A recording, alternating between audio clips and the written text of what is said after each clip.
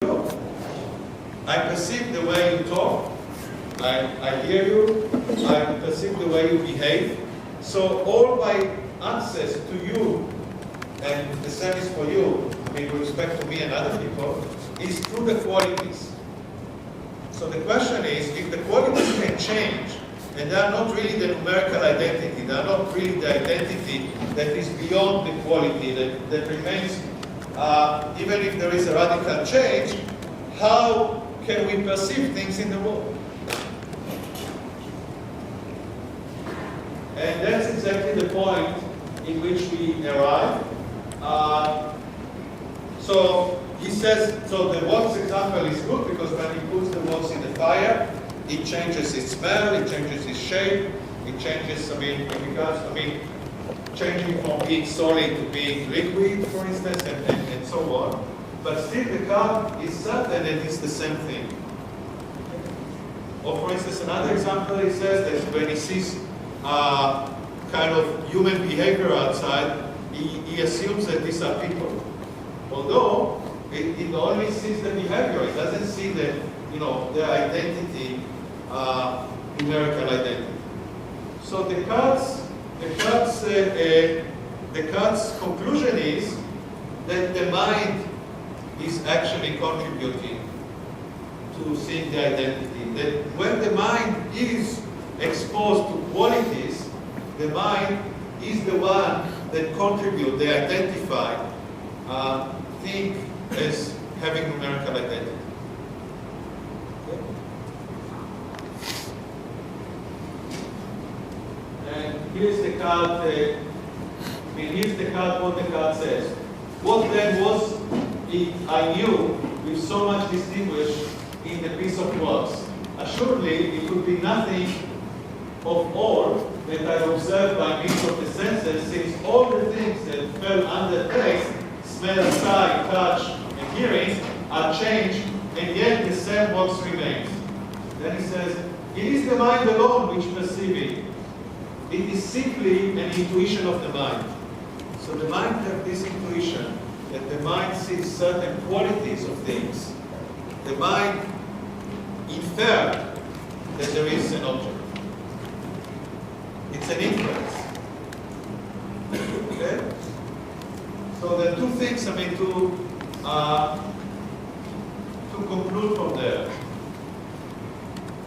First of all, that the mind contributes, that the mind infer things from, and that's immediately a source of worry, because we know that the mind can make wrong inferences. So actually, when we identify objects, we might be wrong. Even if we get the qualities right, because we don't see the entity itself, we only see the properties, we only see the manifestation of the properties of the object, we may actually conclude wrongly. So bodies per se have no real properties resembling to our sensory ideas. We don't have sensories that detect bodies. We only have sensories that detect properties of bodies. And so we have sensory ideas of color, sounds, taste, and the like. And the formation of sensory ideas, about object depends on the stimulation of sensory ideas about qualities, but it's an inference. That's really important, that it's an inference. It's kind of inference, and it's contribution of the mind. It's the mind projecting on the world. So, the knowledge of the existence of the external object is in a sense a matter of judgment rather than a simple perception. And as I said, this leads to another reason to be worried and to have some doubts about reliability of our beliefs about the external world. So that's the downside.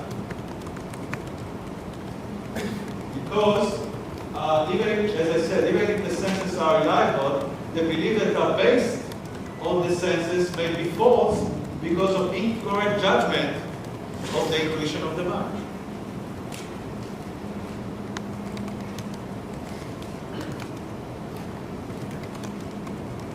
Okay, that's the negative part.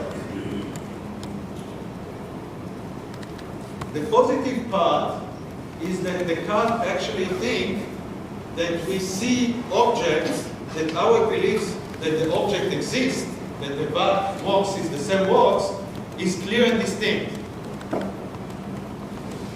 And so, and for Descartes, clear and distinct ideas, clear and distinctness is a sign of certainty. So Descartes thinks that we can add the principle of clearness and distinctness as a measure or test of beliefs. So he has two things. One, he's certain that he exists, and the second thing, he uses the principle of clear and distinct beliefs as a measure of whether the beliefs could be part of the foundations. And that's again, I mean, it's something that Descartes left to theory of knowledge. There are people who think that when things are clear and distinct, we don't have to justify them more. We can rely on them. So that's certain view about theory of knowledge.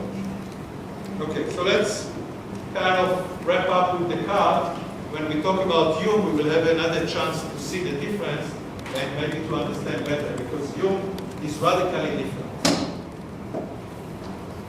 So, remember, in the skeptical argument, in the meditation, Descartes seems to presuppose that reason is independent of experience, because you can suspend all your beliefs about that come from experience and still think straight. Descartes still trusts his mind, even after he's suspended almost all his beliefs. Think about it. I mean, it's kind of millions of, trillions of beliefs. Who knows? I mean, an implication of them. He's suspended, and even though he's suspended, he still thinks that he can think straight and reasonably.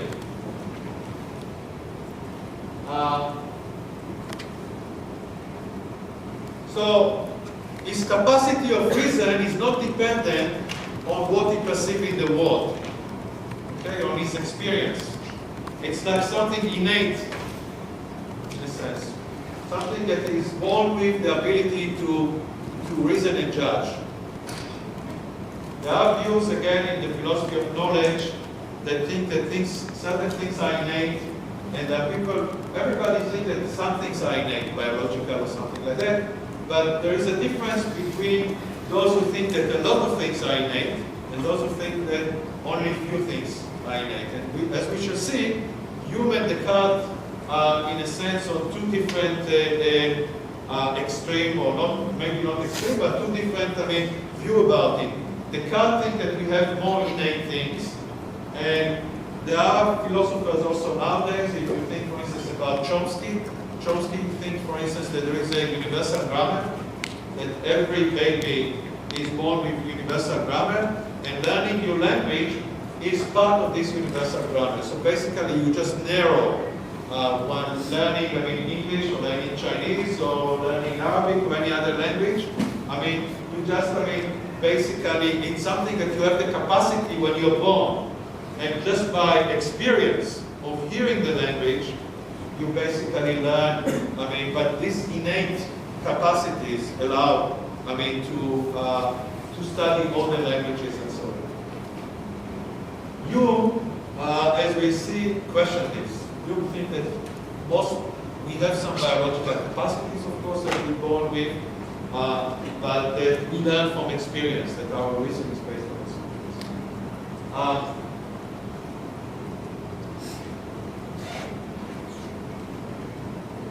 But rationalist, and Descartes is more on the rationalist side. Remember, Zeno was also rationalist.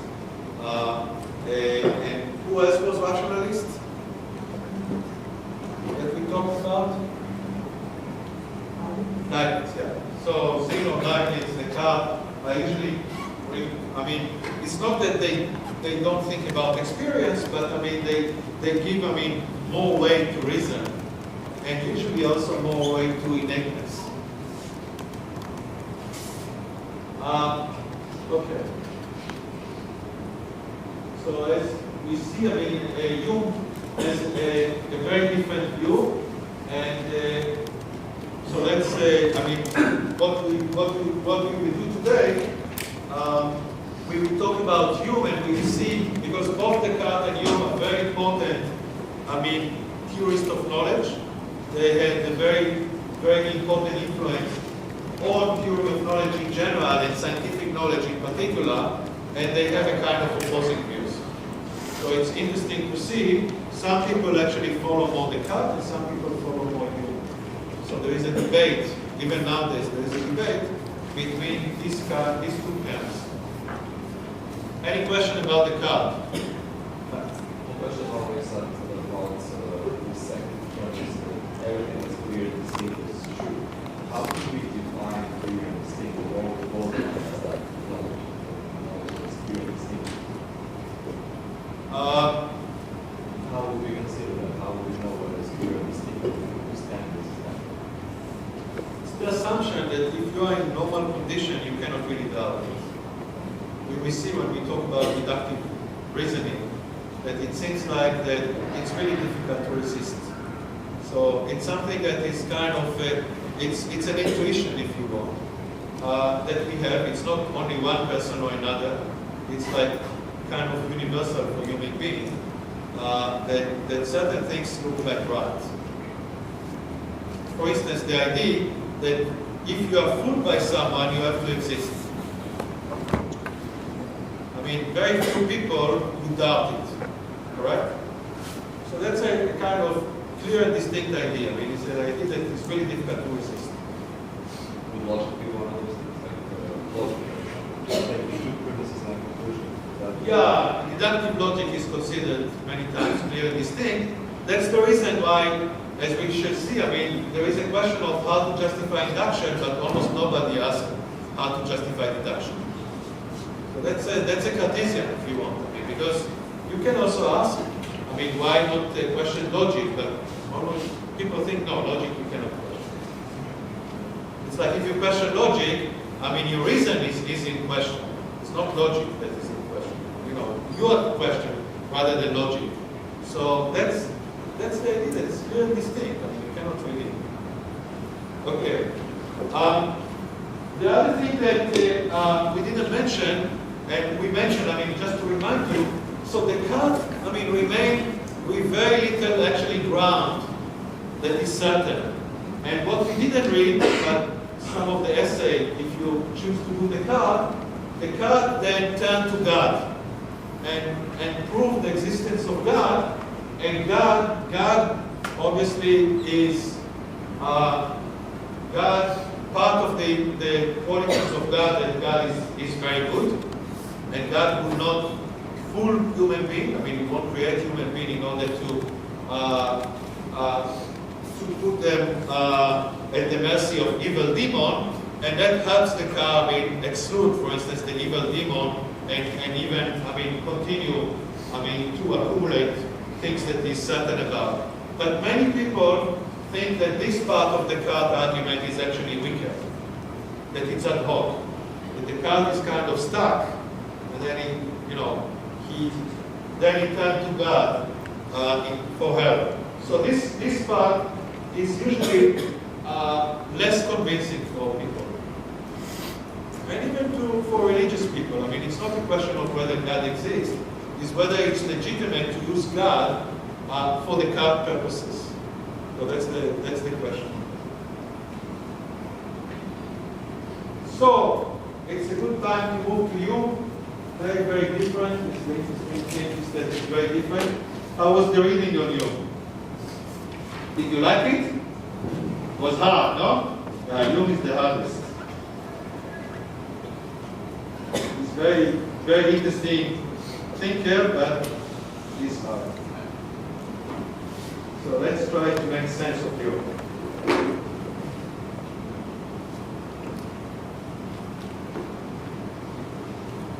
The problem of induction that we are talking about is actually a very important problem for scientific knowledge.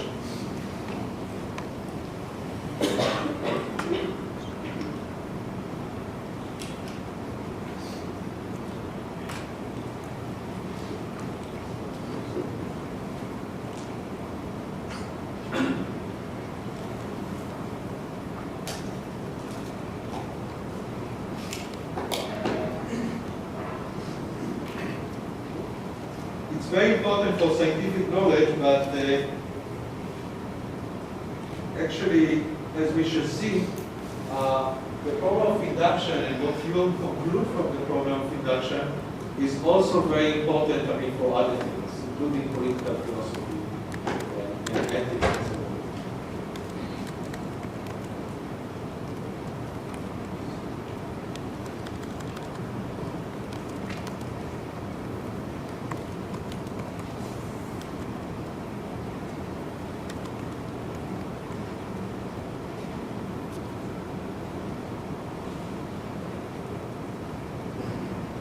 So,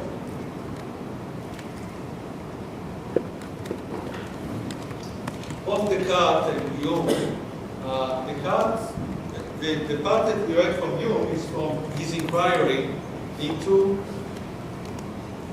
what's the name of the book that we read from? The chapters that we read from the book. Which book is it?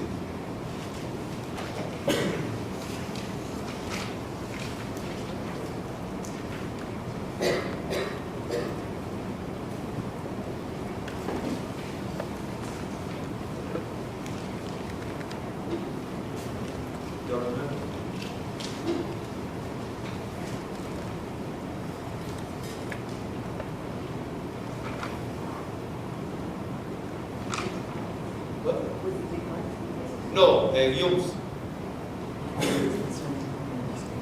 Yeah. So, and also so Hume, like Descartes, is interested in human nature and the implication of human nature for theory of knowledge and scientific knowledge in particular.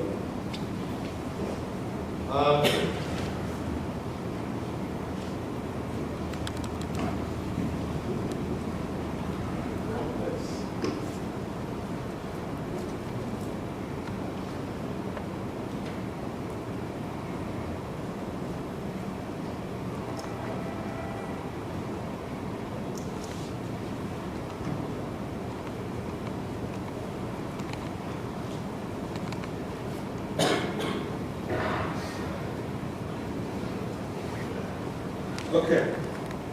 So the first thing to understand about Hume is to see how different, radically different, is from Descartes.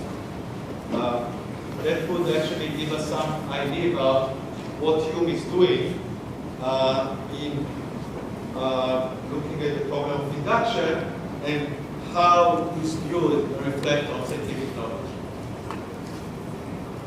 So,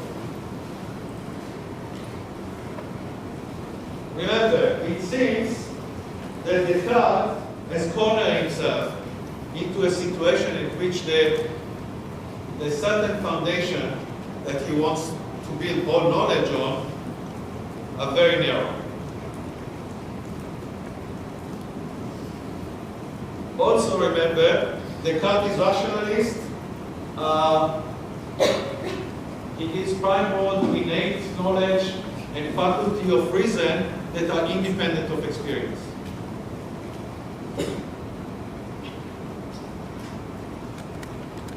So we talk about the innate intuition and faculty of judgment of the intellect that recognize objects. That we don't see objects, we actually infer objects by the intuition of the mind. Descartes seems to identify two conditions of knowledge. One is clear and distinct ID, and the second one, God's existence and his nature as a non-deceiver. In addition, there is also, the cogito. So Descartes also identified beliefs about oneself that they are definite. Now, condition 2 is supposed to address the evil demon, as we said, and more generally, any hypothesis which entail that our mental wiring might be wrong. So God is supposed to help. But as we said, so the card proved the existence of God in the third meditation, the next meditation, and that allows him to support, the idea that there is no wrong mental wiring and there is no evil demon and so on. But as I said, many see this argument as ad hoc and self-defeating. Now, let's see what Hume thought about the card. So the first thing,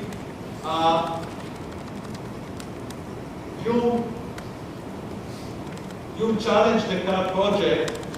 He argued that the card project failed, and moreover, that he was doomed to fail. So it's not by chance that the card failed. To build all knowledge on the certain foundation. Hume thought that it's not by chance. First, he thought that in his methodological doubts, Descartes looked for self-evident principles which are privileged. Because remember, the foundation have to have some principles that are privileged, that we can build all other principles and beliefs. But Hume thought that there is no such foundations. He didn't think that there is such kind of principle that would help us to find in kind of magic way what is certain and what is not. So that's the first thing. You think that the idea of this principle of clear and distinct or something like that, it's not convincing. It's not really a good foundation.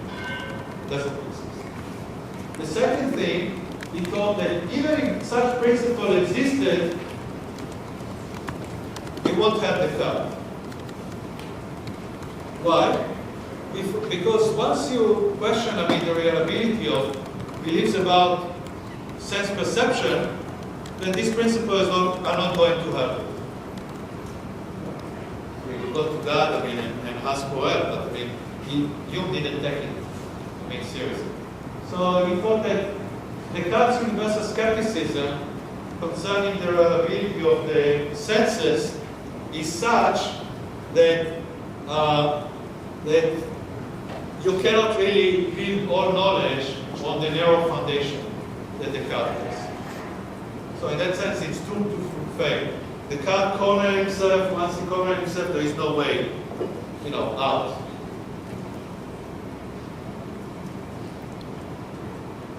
But Hume continued. Hume think that Descartes' universal skepticism is untenable. That human beings are really not skeptical like that. That is against our nature.